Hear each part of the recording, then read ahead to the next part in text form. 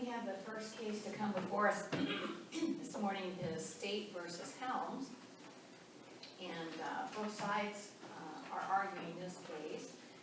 And Mr. Helms, I know you will be proceeding pro se, and but I know you've been in the court system some, so argued in front of us before and so forth. So, but I'll go over the rules again, okay? It's 15 minutes each. You can save up to 5 minutes if you want to rebut whatever she has to say. And you can't use the names. There's not going to be a problem here necessarily, but but don't use names of minors, but don't use names of victims either or anything, because we are recording this and it's on our YouTube channel. Any questions? Okay. Then, Mr. Helms, you may proceed.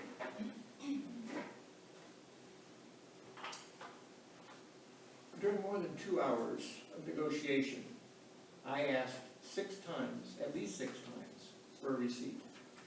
Joyce, who came in the middle of it all, asked at least 3 times. And then, at least 4 times, simply asked the deputies to identify themselves who she was going to give it to. All denied. Only the first receipt had any mention of her legally required, I'm legally required to give her a statement of her security deposit. Obviously a year after she moved out, but I had not, she left out without an address. This is the first time I gave it to her. I guess that's in contradiction with what the judge's preconceived concept was, that we were holding this check hostage for our money. All the further receipts were simply that we needed a receipt because we were giving it to her because on its face it was a fraudulent document. Now, essentially IRS had no recourse because it was going not to her address but to another address. No recourse if it was discovered incorrectly sent. And I had personally no recourse if she then turned around and used this fraudulent document to say, well, she lived there or she wanted voting rights in this location. Obviously, for a location she left 10 months earlier. Now, your ruling on this particular case can and probably will affect legality of the concept chain of custody of documents in all professions. And then I kind of throw in that even the deputy requested a receipt from her in her own writing because she didn't think it was a formal document, and she denied it. And I just ask you, not as judges, but as simple pieces, would that not put an alert in your mind that there's something funky going on here? Now, then we have the issue of the judge dismissing my representative, who was at that time was a family lawyer, taking everyone's concern, everyone in the family's concerns into consideration.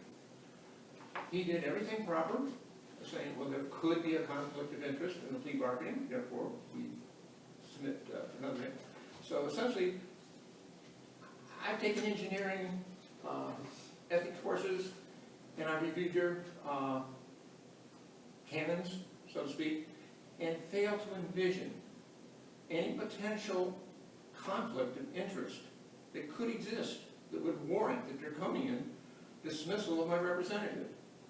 Now, I do have minimal civil experience, but I have a zilch when it comes to criminal.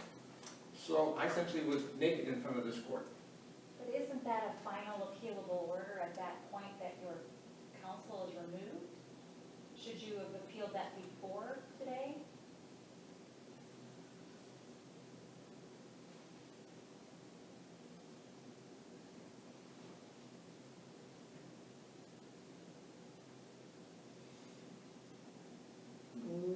With what I've actually was going to be discussed a little later, final orders from you, I don't think so. But I'm sorry, I did not do the research on that one. Sure. Specifically to that point of issue. Boy, you make me think now. Now, in the appellate case 3244, paragraph 4-6 ruled that the order converting all of Helms' property and his tenancy to the new owner, thereby preventing a judgment, this was a health claim judgment, against Helms, was not a final order. Now, and since that order was not preceded by a hearing or even notice from the other side, then it must be mute. And since that case basically removes all of Helms' rights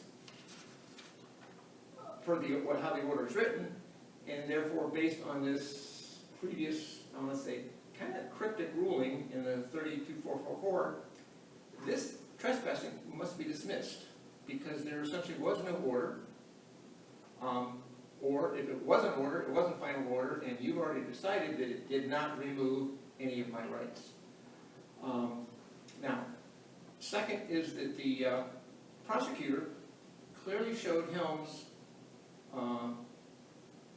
the prosecutor's video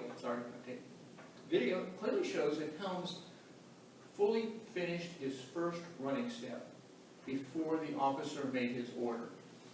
And if you listen to the audio previous to that, we were barely hearing each other.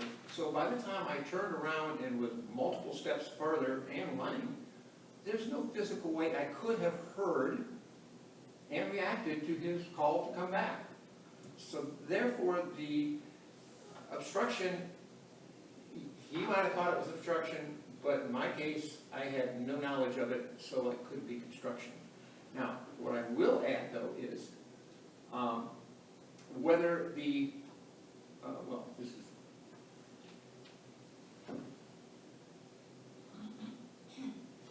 slightly out of order, whether the first order, trespass, was mute or not, was mute or improper, was the trespass cannot take place lacking a written notice. These are say not a verbal. And without a written notice, it cannot be a trespass. And it would essentially have actually, if there had been a written notice, we would have been able to discover who the proper owners of the property were. Because if you actually look at the tape, you'll see my intent was to get rid of my phone and keys and go back, enter the property, purposely to get arrested, to learn the identity of who owned it. So we had no idea who owned the property. And we needed to find out. That was kind of, I would say, an awkward way of finding out, having to get arrested. But all our water, all our heat has been turned off. And I essentially, at that time, was a tenant there. All my other tenants that were there. We wanted to know, we wanted to make an official complaint, but they had never registered themselves or anything else. We didn't know who they were. And not only going to know who they were, is you will understand that the order, they had already transferred the property to someone else before the order came in saying that they had this right. So when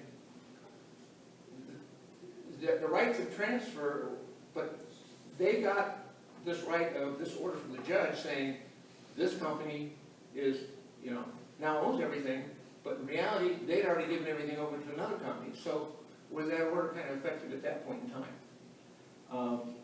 Very confusing, but at the same time, we were eager to find out who owned it so that we could make an official complaint to the courts.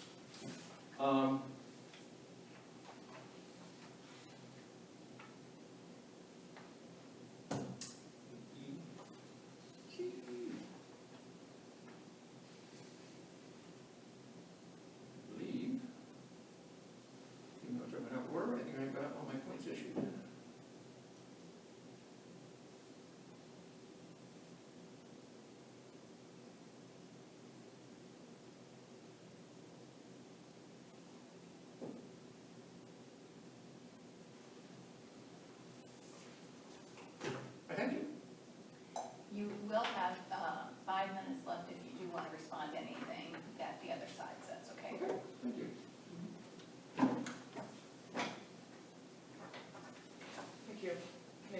Court. I'm going to address my responses sort of with respect to each case and each charge. So I'll start with the theft case, just to sort of clarify it a little bit. With respect to the arguments that appellant made. Counsel, I'm sorry. Would you introduce yourself? Oh, I'm sorry, Attorney Jennifer Roberts, prosecutor with the City of Barton. Thank you. Sorry, I jumped right into it. That's okay. With respect to the arguments made on the theft charge, we heard appellant make a lot of arguments about asking for Ms. Cato to give a receipt. And the state would argue that I don't think anywhere is there any requirement that an individual sign a receipt to receive their own property. We've heard Mr. Helms make arguments that the individual was attempting to defraud the IRS by having the stimulus check sent there. And how those federal stimulus checks work is the IRS used the last known address. It's not something that you put in. They sent those stimulus checks to whatever address you had filed on your last tax return. Even appellant's own indication indicates that she had just moved out 10 months prior, which would likely put her address as that address on her last tax return. The deputies that responded ordered Mr. Helms to provide the check after confirmation that the check was written not to Mr. Helms and was the owner of the individual who called requesting help to retrieve her property. That property was refused to be handed over. They went to place him under arrest, and that's when he handed the property to Joyce Scott, the other individual charged. So the argument that he didn't have to provide the property because there was no receipt provided by the individual whose property it was, I just don't think has any merit with respect to a theft offense. He was maintaining property of another that was not his and was refusing to provide it to her. And I believe the state did present sufficient evidence for the jury to find that the theft offense had occurred. With respect to the argument of the removal of counsel, the court heard arguments about whether or not there was a conflict of interest. Attorney Medvick was representing both Mr. Helms and Ms. Scott. Both were co-defendants who had interests opposed to one another. At some point, after numerous discussions, pretrial discussions about a potential conflict, Attorney Medvick indicated, yeah, after continuing the representation for a period of time, he did agree that there was a conflict. When he agreed there was a conflict, the court ordered that he be removed from both cases because he would have information relative to both cases which would create a conflict. Ms. Scott was under subpoena to testify in Helms' trial, therefore he would be cross-examining a prior client that he had been representing, and based upon that, the court did find that there was a conflict of interest for Mr. Medvick to represent Mr. Helms as well. There were no additional orders. Mr. Helms had ample time to hire new counsel. The court did address Mr. Helms numerous times about whether or not he would qualify for appointing counsel, and financially he did not, based upon the ownership and his financial circumstances. So we would argue the court did not err when counsel was removed. There was a conflict of interest that was present in representing two people with divergent interests. Moving on to the criminal trespass and the obstructing official business case, primarily the arguments are he didn't have proper notice not to return to the property. The state did present in evidence, which the court should have, Exhibit 2 and Exhibit 3.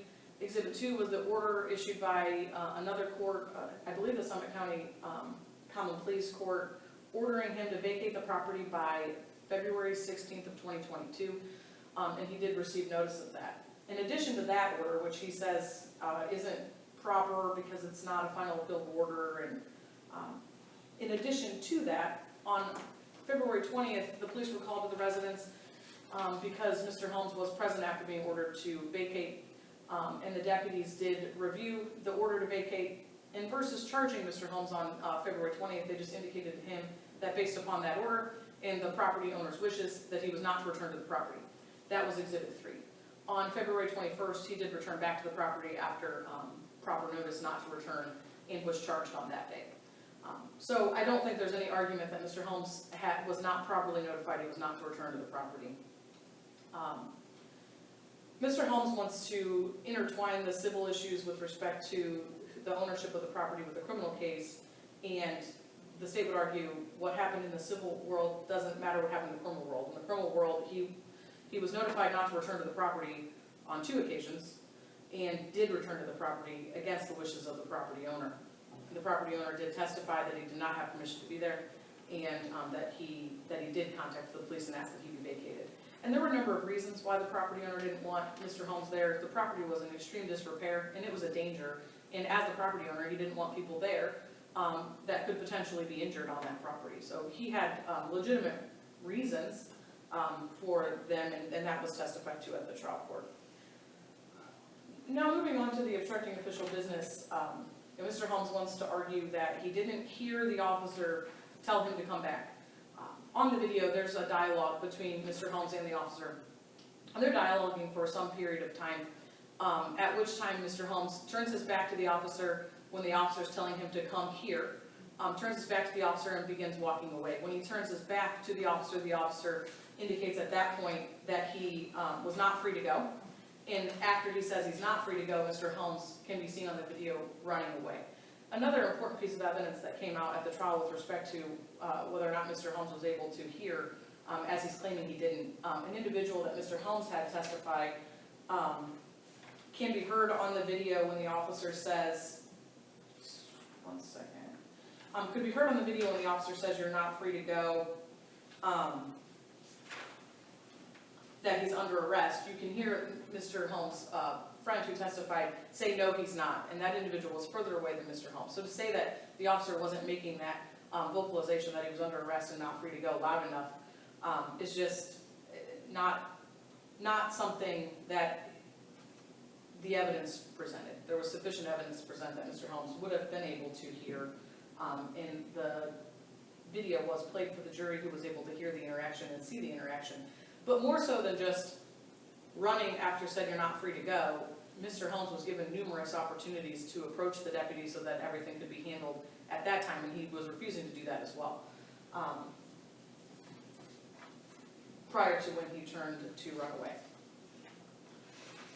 So the state would indicate that based upon the evidence that was presented at trial with respect to the theft offense, that all elements required to be proven were proven by proof beyond reasonable doubt. There was no insufficiency of evidence or manifest weight issues, and we'd ask the court to overrule the appeal with respect to the theft. With respect to the obstructing official business and the criminal trespass, the state would state the same. There were sufficient elements of each individual crime charged, presented at trial.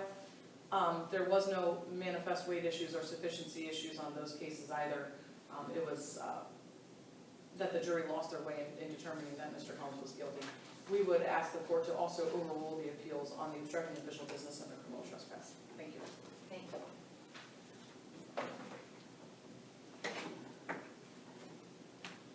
You have your 5 minutes. Okay, I'm going to get this in reverse order.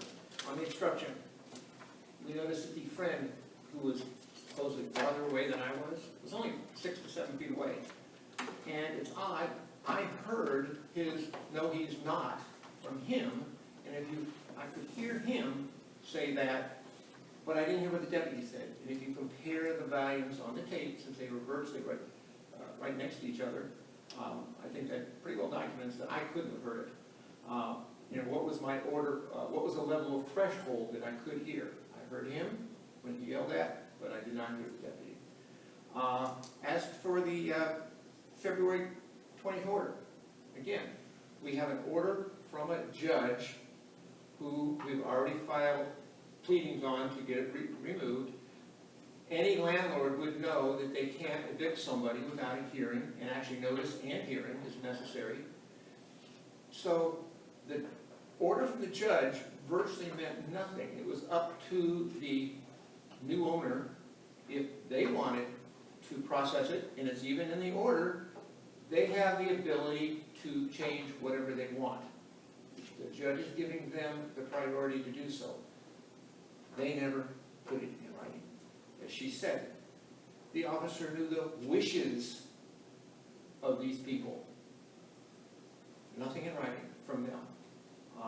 And there's been multiple cases, appellate cases, where it came down to, well, they've been told 10 times, but until it's in writing, even if it's posted on somebody's billboard that they're a non-wanted person, It still has to be in writing to that person.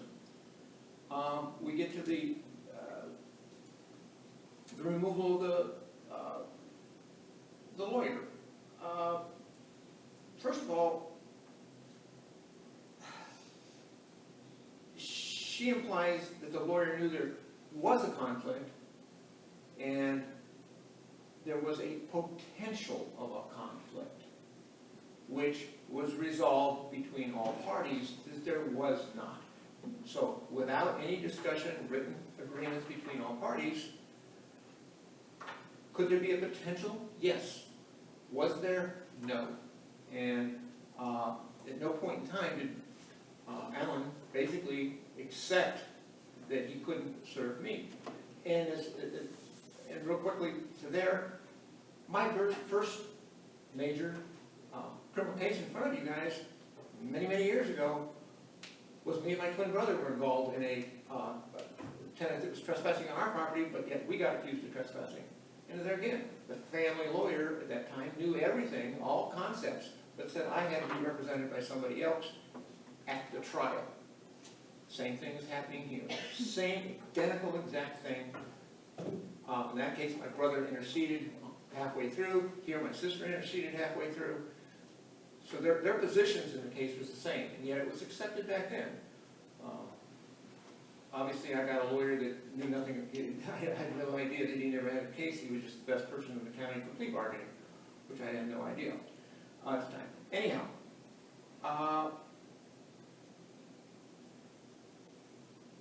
as for the theft, she requested IRS to send it. Her phone call to me, although not documented in the transcripts, was to, I asked IRS to send it to my old address because that was the only way she could get it without waiting a couple months. She knew that that address was wrong.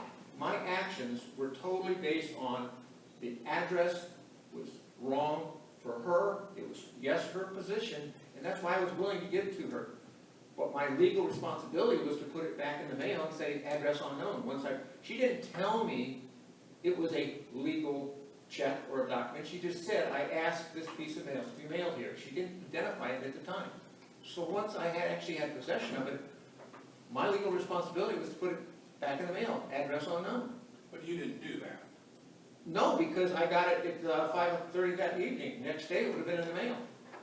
But she proceeded with this whole process for a good, like I said, over 2 hours that evening between her showing up, the officers trying to negotiate. And the reason, part of the reason why it took so long is because we were standing up to 100 and 150 feet away. So the officers were walking back and forth between the two of us trying to figure out what the hell to do with this thing.